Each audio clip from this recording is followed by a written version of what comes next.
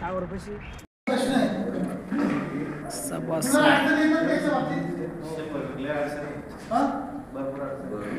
आहे ना. मुख्य अडचण काय?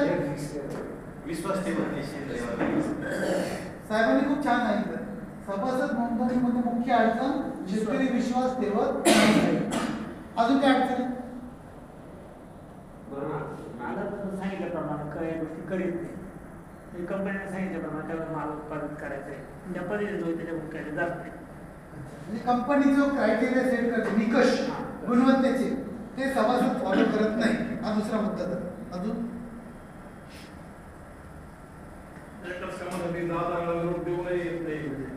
मीटिंगला येत नाही. मीटिंगला जे काही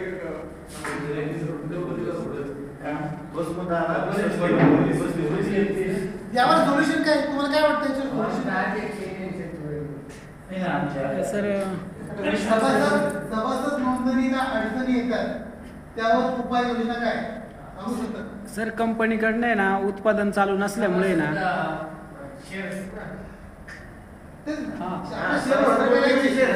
लोक शेअर होल्डिंगला तयार होत नाही. लोक विश्वास ठेवत नाही.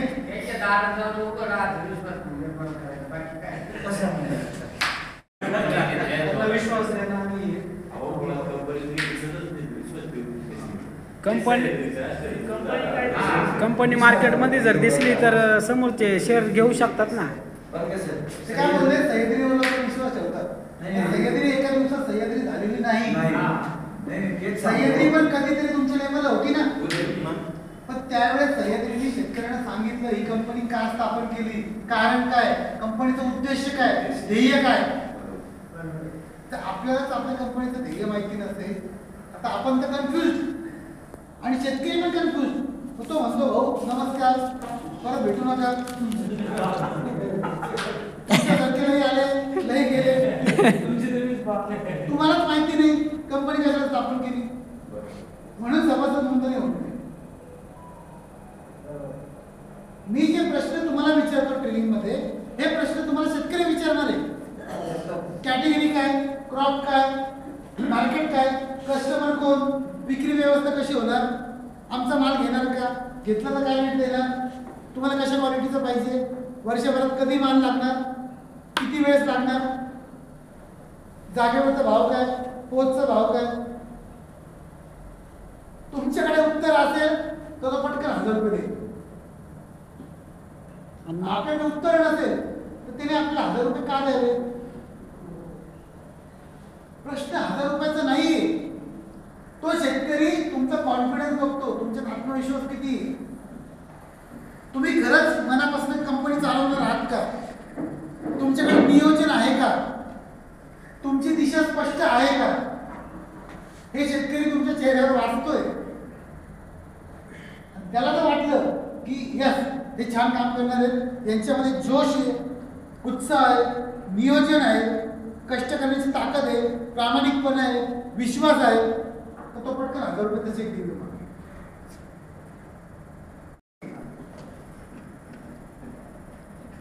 सह्याद्रीने तो विश्वास कमवला. सह्याद्रीने समोर लोकांसमोर प्लॅन टाकला. हा आमचा प्लॅन आहे द्राक्षामध्ये.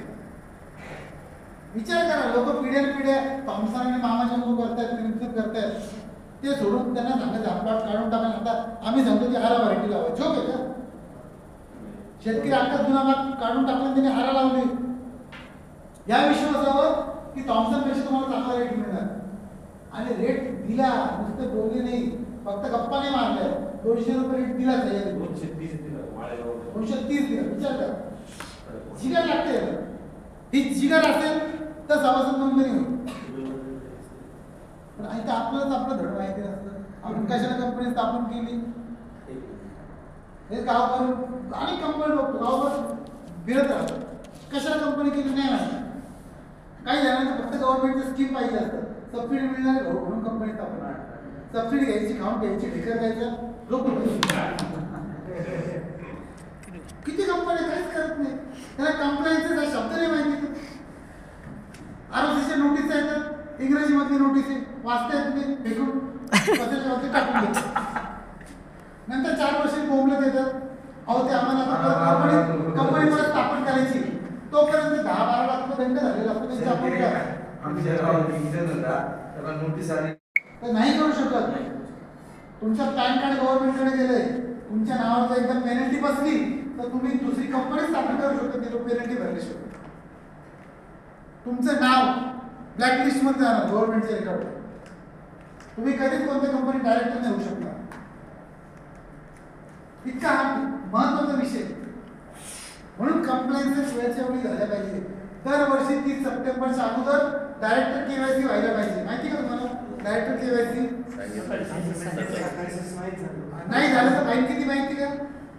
5,000 रुपये फाईन आहे पर डायरेक्टर. बरं का 10 डायरेक्टरची पेनल्टी 50,000 रुपये होती. जर 30 सप्टेंबरला तुम्ही केवायसी नाही केली, तुम्ही 1 ऑक्टोबरला गेले तर तुम्ही 50,000 रुपये घेऊन जायचे बरोबर. कारण तुमच्या कंपन्यांना कायदे सगळे लागू आहे. कंपनी ऍक्ट 2013च्या अंडर कंपन्या रजिस्टर झाल्या. त्याच्यामुळे टाटा, रिलायन्स, बिर्ला यांना जे कायदे लागू आहे कंपनी कायदे, ते सगळे कायदे शेतकरी कंपन्यांना सुद्धा लागू आहेत. म्हणून तिथे गाफील राहून चालणार नाही. वेळच्या वेळी करा. डिरेक्टर केवायसी, ऑडिट महत्वाचं सांगितलं असतं तुम्हाला. ऑडिट किती कंपन्या ऑडिट करतात? जुन्या कंपन्या कोण आहेत? जुन्या कंपन्या अशा ऑडिट होतं रेग्युलर. तुम्हाला ऑडिटचं कधी गरज पडली तर आमच्याकडे सी आहे, CS आहे, वकील पण आहे, तिघं पण आहे. माझा नंबर तुम्हाला दिलेला आहे. कुठलं काम असेल तुम्हाला फोन करू शकतो. तर सभासद नोंदणी हा मुद्दा त्या दृष्टिकोनातून महत्वाचा आहे. तुम्ही जर ग्राहकांना, शेतकऱ्यांना विश्वास दिला, तुमच्याकडे नियोजन असेल तर शेतकरी तुमच्या मागे लागतील. भाऊ आम्हाला सभासद करून घ्या. आता सह्याद्रीमध्ये सभासद नोंदणी थांबवली. शेतकरी म्हणतात हो आम्हाला एकतर शेत द्या, स्टॉप केलंय. तर तुमच्या कंपनीचं इतकं काम पाहिजे की तुम्हाला सभासद नोंदणी थांबवावं लागली पाहिजे की आता आम्हाला भांडवल नको आहे. आपला हात पसरण्याची वेळ नाही आली पाहिजे.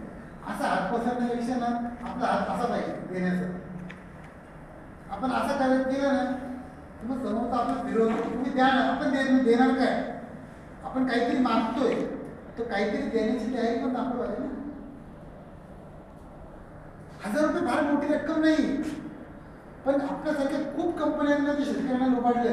1000 रुपये गोळा केले आणि त्या कंपन्यांनी पुढे काहीच केलं नाही. तुमच्याच गावात किती कंपन्या असतील? निपाडमध्ये किती कंपन्या आहेत? सगळीकडेच आहेत. मग त्या कंपन्यांनी हे मार्केट खराब केले.